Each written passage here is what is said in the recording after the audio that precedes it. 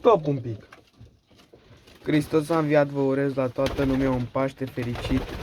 Videoclipul ăsta este făcut a doua zi de Paște, nu știu când o să fie pus. Cred că mâine, ori poimâine, nu știu. O să-l pun o dată.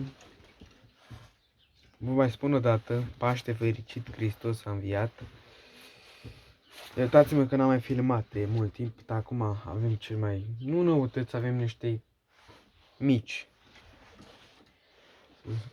Am băgat și l-am perecheat, am scos acolo, l-am perecheat. N-am mai lăsat nimic, că se împerechează ei, că deja avem. L-am perecheat, hai să vă arăt. Ăștia doi au făcut cuibarul aici.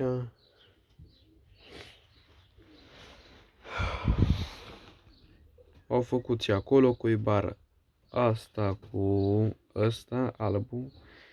Ăștia doi au făcut aici cuibar, acolo nu știu cine au făcut cu paie. Aici au făcut ăștia doi. Care mai e? Ăștia, ăsta, cu femela din spate, aia gut. Au făcut cuibar acolo, stau acolo.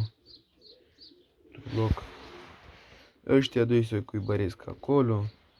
Deci o să avem foarte, foarte multe ouă. Deci foarte multe ouă să avem.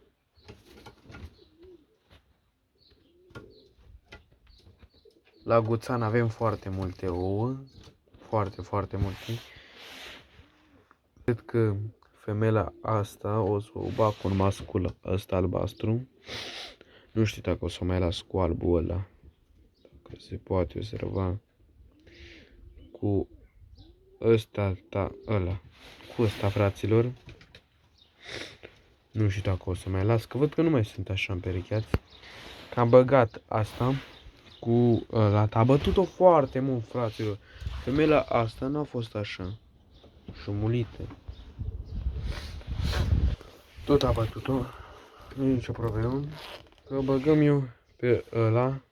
Să-l băgăm cu o femelă din asta. Ori cu asta. Ori cu aia. Ori cu aia. O să-l băgăm noi. Să găsim ceva cu care să-l băgăm. Și avem foarte multe noutăți. Nu noutăți, un mic experiment.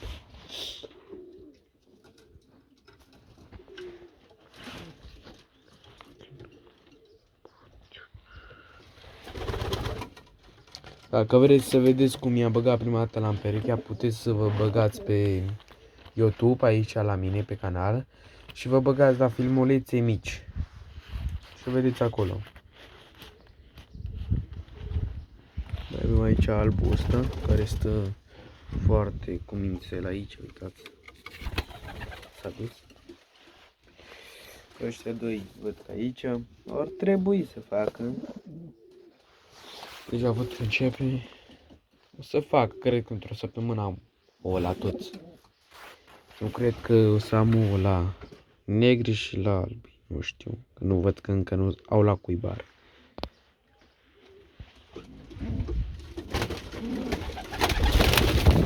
Ia vedeți un alb aici foarte omărât cu... Hai să punem telefonul aici. Eu v-am mai prezentat albul ăsta. Mamă, frate, ce m-a tăiat. Bă. Deci un alb foarte mare. Un alb foarte cu minte. Adică nu-i cu minte, că e sperios, dar prea sperios. Vedeți aici.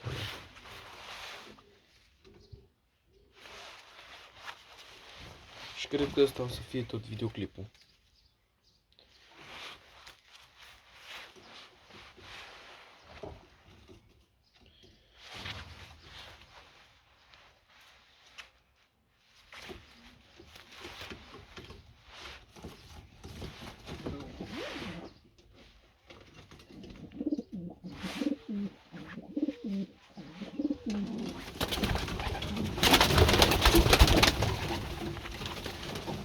Am luat un alb complet și am luat acum un negru complet.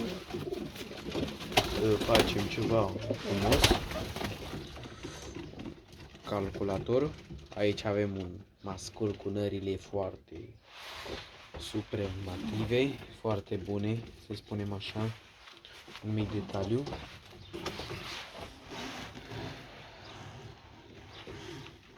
Se vede? Se vede.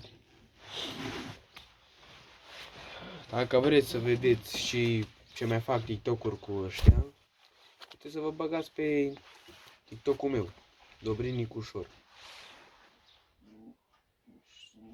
Dar trebuie să vă dea Dobrin Nicușor și dacă nu vă dea, puteți să scrieți Nicușor Porumbe Voiajor. Ăștia doi încercări.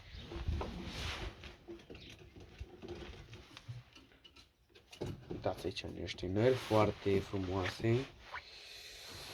I-au pus inelul ăsta la fălcătură, la fals. I-au pus inelul că cum se vede aici, nu se vede că e rupt, e tăiat. Au pus așa un mic detaliu pe 2026. Dar asta nu-i, frate, e 2026 ăsta. Ăsta e 2023, cred. Dar este un mascul foarte lung. Uitați aici. Un mascul foarte lung.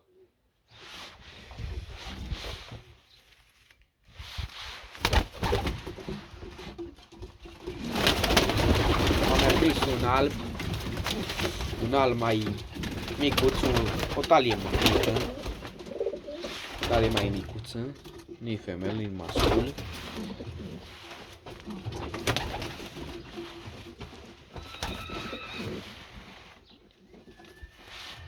Este foarte frumos. Și cred că cam atâta o să fie și videoclipul. Cam atât a fost și cu videoclipul ăsta. Eu am fost Nicușor. Dați acolo un like, un comentar. V-am pupat, pa, pa!